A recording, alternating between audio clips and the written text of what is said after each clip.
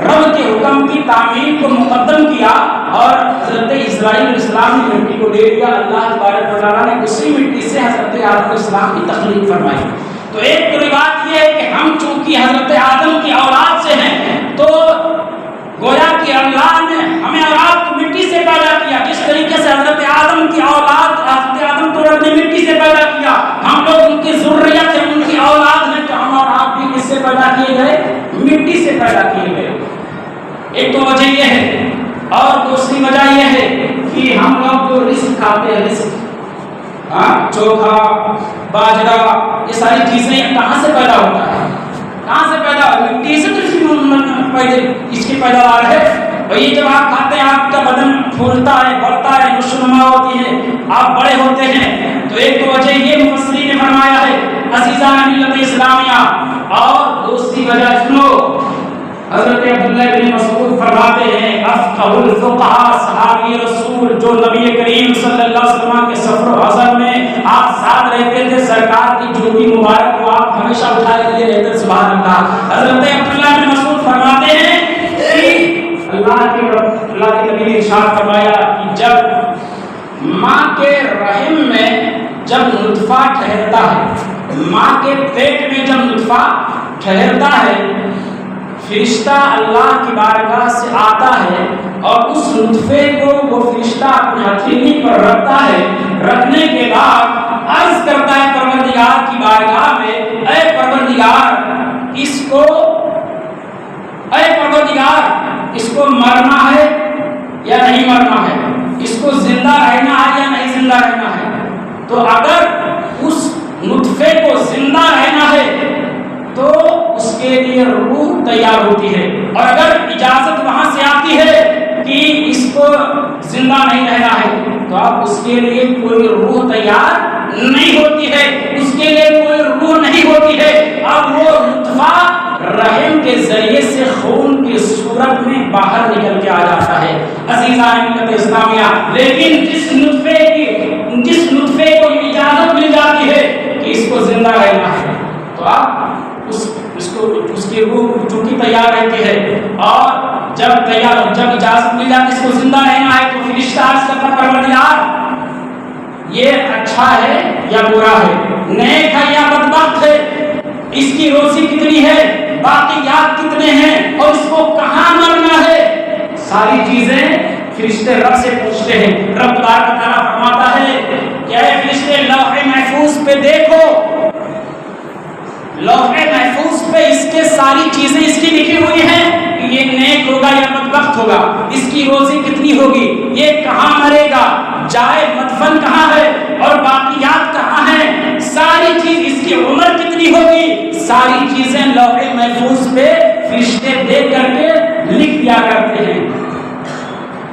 ساری چیز دیکھ کر کے کیا کرتے لکھ دیا کرتے ہیں. اور اسی میں ایک لفظ ہے کہ جائے مدفن بھی, یعنی جہاں اس آدمی کو مرنا ہوگا وہ جگہ بھی چونکہ لکھ دیا جاتا ہے, وہ جگہ بھی لکھ دیا جاتا ہے.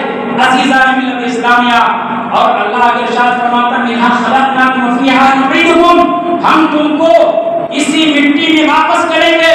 تو دیکھیے اس حدیث پاک میں بھی میں نے بتایا کہ جائے مدفن یعنی جہاں مرنا ہوتا ہے, جس مٹی پہ مرنا ہوتا ہے وہاں لکھ دیا جاتا ہے. اور اس حدیث پاک میں ایک لفظ یہ بھی ہے کہ فرشتے جب یہ اجازت ہوتی ہے کہ اس کو وہاں مرنا ہے, فلاں جگہ مرنا ہے, اب فرشتے فلاں جگہ جاتے ہیں, وہاں سے وہ تھوڑی سی مٹی لیتے ہیں اور اس مٹی کو لیتے ہیں اور اس نطفہ کو لیتے ہیں. مٹی اور نطفہ کو فرشتہ گوندتا ہے یعنی ملا دیتا ہے, مٹی کو اور نطفہ کو فرشتہ ملا دیتا ہے. یہ اصل ہے. اسی لیے رب نے فرمایا کہ ہم نے تجھ کو کس سے پیدا کیا, مٹی سے پیدا کیا, اور اسی میں لوٹائیں گے, اسی یعنی کہ زمین ہی میں لوٹائیں گے. آدمی جہاں سے پیدا ہوتا ہے وہ آدمی وہی دفن ہوتا ہے. اور ایک حدیث پاک میں حضرت ہلال ابن یساف رضی اللہ تعالیٰ عنہ فرماتے ہیں کہ ہر انسان کے ناک کے اندر اس کے جائے مدفن کی مٹی موجود ہوتی ہے. آدمی کو جہاں مرنا ہے, جہاں اس کو دفن ہونا ہے, وہاں کی مٹی اس کے ناک کے اندر موجود ہوتی ہے, اس کے ناک کے اندر رہتی ہے. یہ حدیث پاک ہے. تو آدمی کو جہاں مرنا وہی مرتا ہے، کہیں بھی ہو. آپ نے سنا ہوگا کہ ایک بنی اسرائیل میں حضرت سلیمان علیہ السلام کی بارگاہ، حضرت داؤد یا سلیمان علیہ السلام کی بارگاہ میں ایک شخص کھڑا ہے اور وہ پریشانی سے آیا آپ کی بارگاہ میں، عرض کرتا حضور آپ مجھ کو ہوا کو اجازت دے دیجیے. حضرت سلیمان علیہ السلام چونکہ حکومت ان کی ہوا پہ چلتی تھی، دریا پہ چلتی تھی، چریتوں پرند پہ چلتی تھی. اس نے کہا حضور اجازت دے دیجیے میں ہندوستان چلا جاؤں. اور چونکہ بڑا پریشان تھا آپ نے اجازت دے دیا، وہ ہندوستان آپ نے ہوا کو اجازت دے دیا آیا. اب حضرت اسرائیل علیہ السلام ملک الموت جو اس آدمی کو گھور گھور کے دیکھ رہے تھے، وہ آئے حضرت سلیمان علیہ السلام کی بارگاہ میں اور انہوں نے کہا حضور آپ کا شکریہ، آپ نے اس آدمی کو ہندوستان پہنچا دیا. رب کا حکم ہوا تھا کہ ہم اس آدمی کی روح کو ہندوستان میں نکالے، لیکن جب ہم آئے تو یہ ہندوستان میں موجود نہیں تھا. کیا مطلب؟ اس کا مطلب یہی ہوا کہ آدمی کو جہاں مرنا ہے، جہاں آدمی کو موت آنی ہے، کہیں بھی رہے آدمی کو وہیں آ کے اسباب سے متعین ہو جاتے ہیں، اسباب سے پیدا ہو جاتے ہیں کہ آدمی آ کر کے وہی انتقال کرتا ہے. عزیزان من الاسلام، ہمیں اور آپ کو اچھے طریقے سے زندگی گزارنا چاہیے. اور ہر انسان کے 5 عالم ہوتے ہیں، ایک عالم ارواح، ایک عالم دنیا، ایک عالم برزخ، ایک عالم حشر اور ایک عالم آخرت.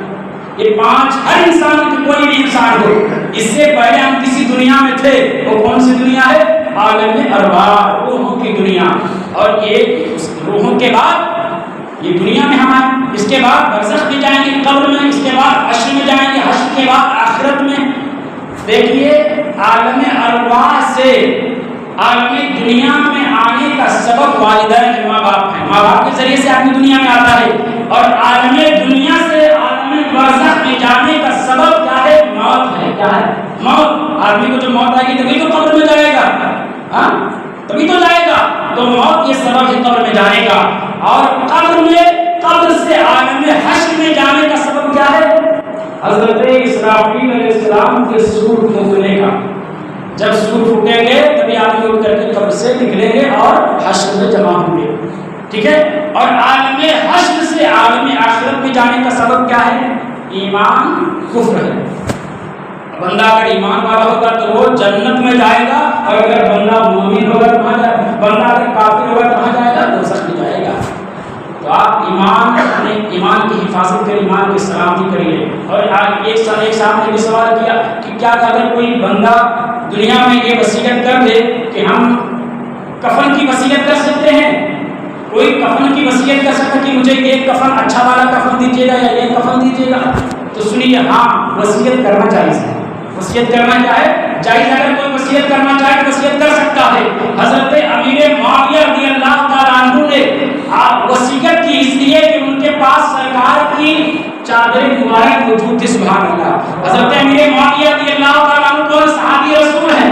حضرت امیر معاویہ نے لوگوں سے کہا کہ اے لوگوں، یہ سرکار کی چادر مبارک موجود ہے، یہ جب میرا انتقال ہو جائے غسل کے بعد اس چادر مبارک کو مجھے کفن کی صورت میں پہنا دینا. اور حضرت امیر معاویہ نے یہ فرمایا، یہ میں روایت جانتا ہوں، کہاں سے پڑھتا ہوں، علامہ جلال الدین سیوطی اپنی کتاب شرح الصدور فی حال الموتى والقبور کے اندر فرماتے ہیں کہ حضرت امیر معاویہ نے کہا کہ اس چادر کو میرے جسم سے لگا دینا، چادر کو میرے جسم سے پیش کر دینا. اچھا یہ بتاؤ، جس کے پاس سرکار کی چادر ہو اس کو جہنمی کوئی کہہ سکتا ہے؟ اس کو قبر میں عذاب ہو سکتا ہے؟ آج کچھ لوگ شیعہ کیا کہتے ہیں کہ حضرت امیر معاویہ جہنمی معاذ اللہ رب العالمین گستاخ کرتے ہیں حضرت امیر معاویہ کی شان میں. اور آج آپ کے یہاں قرب و جواب میں بھی حضرت امیر معاویہ رضی اللہ تعالیٰ عنہ کی شان میں تبرہ کیا جاتا ہے، گستاخی کی جاتی ہے. حضرت امیر معاویہ نے وصیت کیا کہ اس کفن چادر کو، نبی کی جو چادر ہے، اس کو میرے بدن سے ٹچ کر دیا جائے. اور یہ ایک لفظ یہ بھی تھا اس میں، حضرت امیر معاویہ نے فرمایا کہ اس چادر کو جسم سے بدن متصل کر دیا جائے. جیسے یہ چادر رومال ہے، اب میں نے لگا دیا، جسم سے متصل نہیں ہے.